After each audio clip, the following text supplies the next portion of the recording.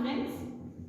Previously in this chapter we learned about the concept of inverse proportion. So inverse proportion means what? If product of two quantity is constant, then it is said to be in an inverse proportion. So previously we learned about the x is inversely proportional to y. Now to remove this symbol, this is the symbol of proportional.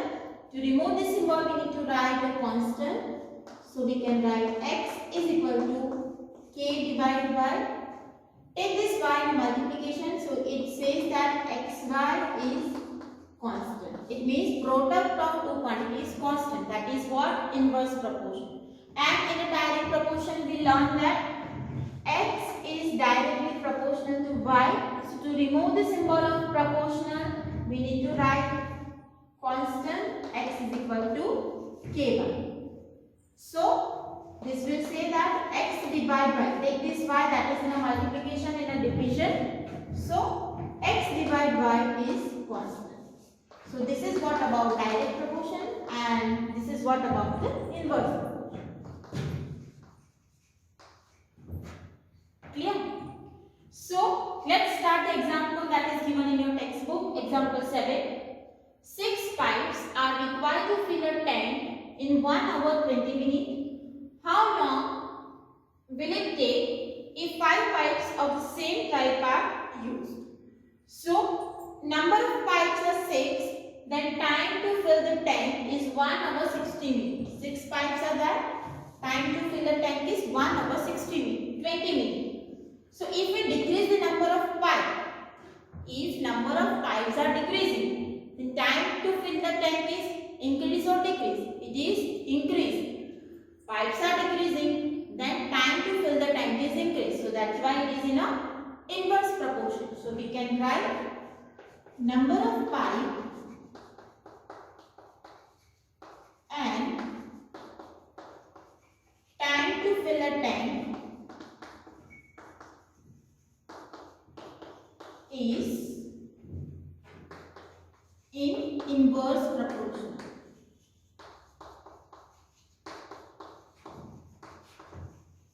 So we can make a table that number of pipes and time to fill tank.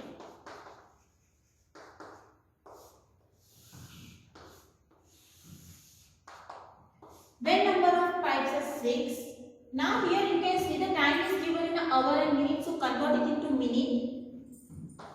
It is in a minute. So 1 hour is equal to 60 minutes and this is 20 minutes. 60 plus 20 it is 80 minutes. When it is 5, what is the time? So this will be our x1, y1. This is our x2, y2. Now it is in an inverse proportion. So x1, y1 is equal to x2, y2. So 6 multiplied 80 is equal to 5 multiplied 5. Now take this 5 and divide to find 5 2. So 6 multiplied 80 divided 5 is equal to y2. So it is 5 and 5. 16 6 96 minute. Now you can convert this into hours. So 96 minutes is equal to 1 hour 36 minutes. 1 hour is equal to 60 minutes. 60 plus 36 is 96 minutes. So 1 hour 36 minutes will take if the number of pipes are 5. Clear? Now example 8. There are 100 students in hostel. Food provision for them is 20 days. How long will this provision last if 25 more students join the group? So first, in a hostel there are 100 students and food lasts for 20 days. If 25 more students are added, then how much food will be last? So if the number of people are increasing, food provision will decrease. So we can write number of students and provision of food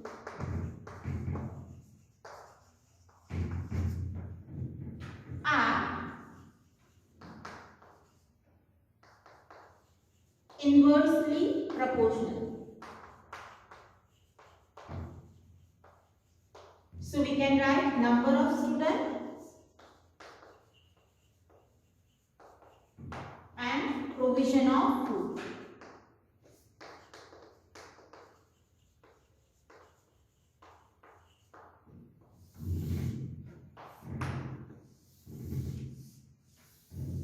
So when there are 100 students, provision for food is 20 days. If 25 more students are added, this total student will be 100 plus 25 is 125. So for how many days food will last? So this will be our x1 y1, this is our x2 y2. So it is inverse proportion. So we can write x1 y1 is equal to x2 y2. 100 multiplied 20 is equal to 125 multiplied by 2. Now to find y2, take this 125 and divide. So y2 will be 100 multiplied 20 divided by 25. 25 4s are 100, 25 5s are 125. 5 4s are 100, so it is 16 days. If number of people are increasing by 25, then days will decrease by 4. 125 students is there, food will last for 16 days.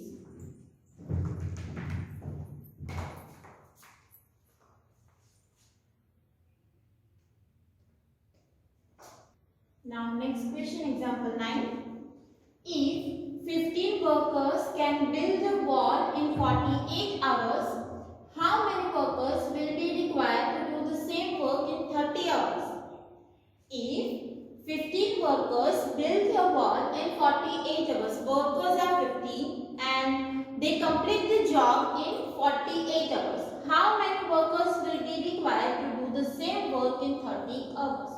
So if we want to decrease the time, number of people to complete the job needs to be increased. To decrease the time, we need more person to work. That's why this is in an inverse proportion. So we can write number of workers and time to complete job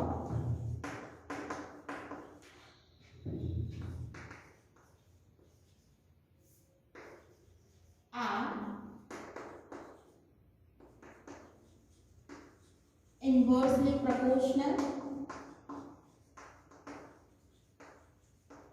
So we can make a table, number of workers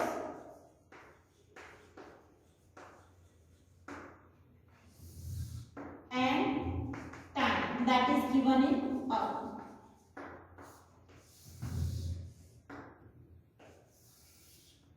So if number of workers are 15, time to complete the job is 48. So if we want to complete the same job in 30 hours, how many workers are required? x1 y1 is equal to x2 y2. Now it is, you can also write the time in first x1 x2 and number of workers as a y1 y1, that y1 y2, that is also give the same answer. Okay, so here we can write x1 y1 is equal to x2 y2. 15 multiplied 48 is equal to x2 multiplied 30. Now take this 13 and divide to find x2. Divide 30. So that is our x2. 15 2s are 30. 24 2s are 48. So x2 is 24. It means 24 workers are required.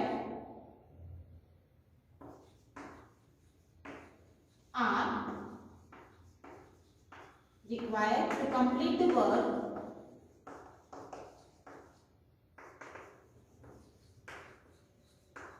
in 30 hours. Clear? Now next one, exercise 13.2. So question number 1 is, which of the following are in inverse proportion? Statements are given and you need to decide that it is in an inverse proportion or direct proportion. If first quantity increase may leads to second quantity is also increased, then it is inverse direct proportion. And if first quantity increase leads to decrease in a second, then it is inverse proportion. So let's read the statement first. Number of workers on a job and time to complete a job. If workers are increasing, time will decrease. And if worker are decreased, time to complete the job is increased. So that's why it is in a inverse proportion. So we can write inverse proportion. Now next, the time taken for a journey and distance traveled in a uniform speed. If speed is same, so if we cover the longer distance, then time will also increase, and if we cover the shorter distance, then time decrease. So that's why it is in a direct proportion, because it is written that speed is uniform, speed is same. So if we increase the time, distance will also increase, and if we decrease the time, distance will also decrease. So it is direct proportion.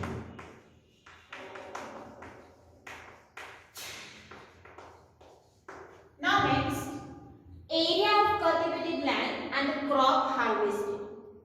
So if the land is increasing, crop is also increased, and if land is decreasing, for a smaller land we get lesser crop, and for larger land we get more crop. So that's why if land is increased, crop is increased. So that is also in a direct proportion.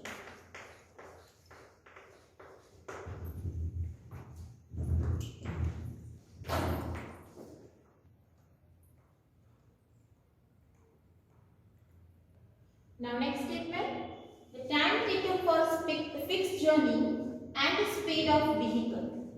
So if speed of vehicle is increased, time to complete the journey is fixed. If you want to cover the distance, for example, you want to come from your home to school, and if your speed is 10 km per hour, and it will take about 20 minutes. So if you increase your speed, your time will decrease. If you come at 20 km per hour, you can cover the distance in a 10 minutes also. It is possible. So if the time is decreased, the speed is increased, time to complete the work is decreased. Speed is increased, time to complete the work is decreased, and if the speed is decreased, time will be increased. So that's why it is in an inverse proportion.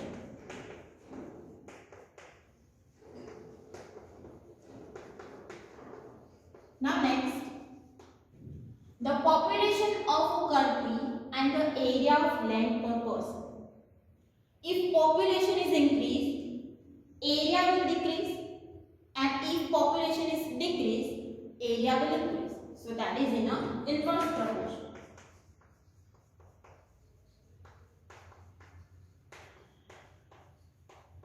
Same if the number of people are increasing in your house, then number of room will be decreased. So that's why it is same. If the population is increased, land will be decreased. Now example 2. In a television game show, the prize money of 1 lakh is to be divided equally among the winners. Complete the following table. So here prize money is 1 lakh rupees, and if there is only one winner, then that 1 lakh rupees is given to one winner. If there are 2 winners, then it is divided equally between them, 50 lakh, 50 lakh.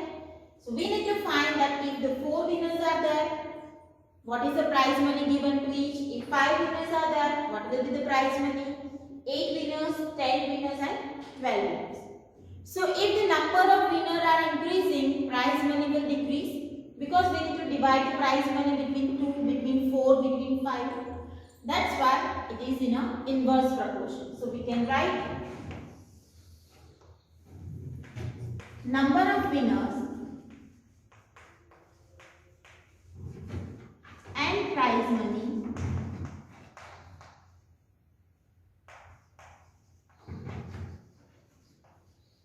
are in inverse proportion.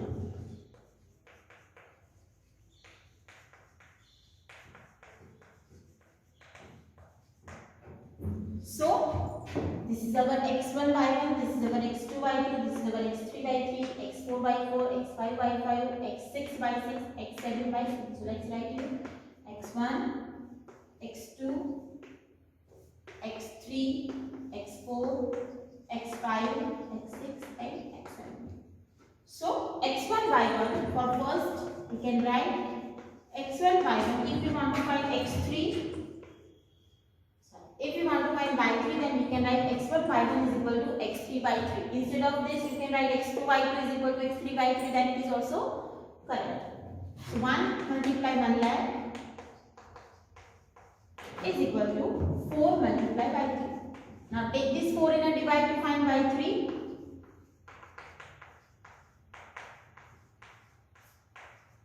So y3 will be 25,000. Means each winner will get 25,000 rupees.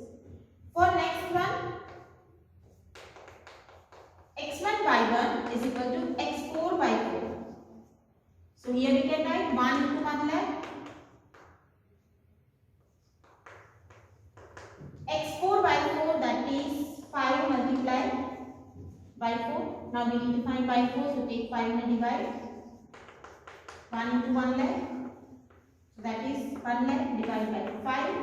So y4 is equal to 20,000. Means each winner will get 20,000 rupees as a prize money.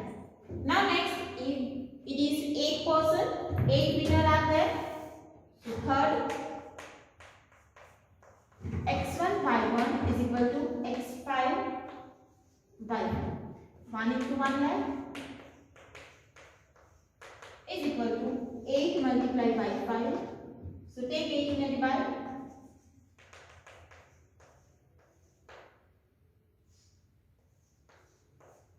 If you divide, you will get 12,500. Now next one.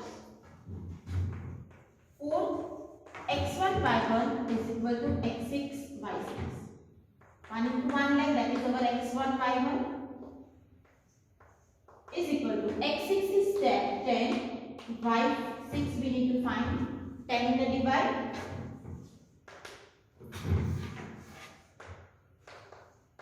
One lakh divide 10 is equal to 10,000. Now next, x1 y1 is equal to x7 y7.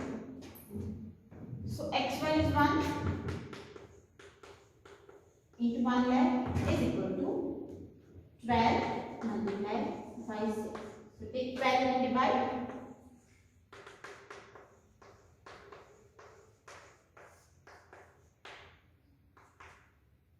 So it is 3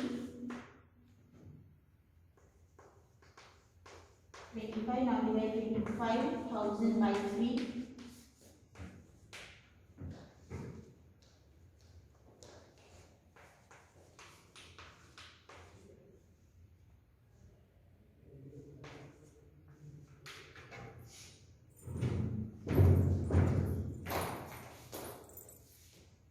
So there is one correction. Instead of 12, there is 20. If 20 is there, then it is 5,000.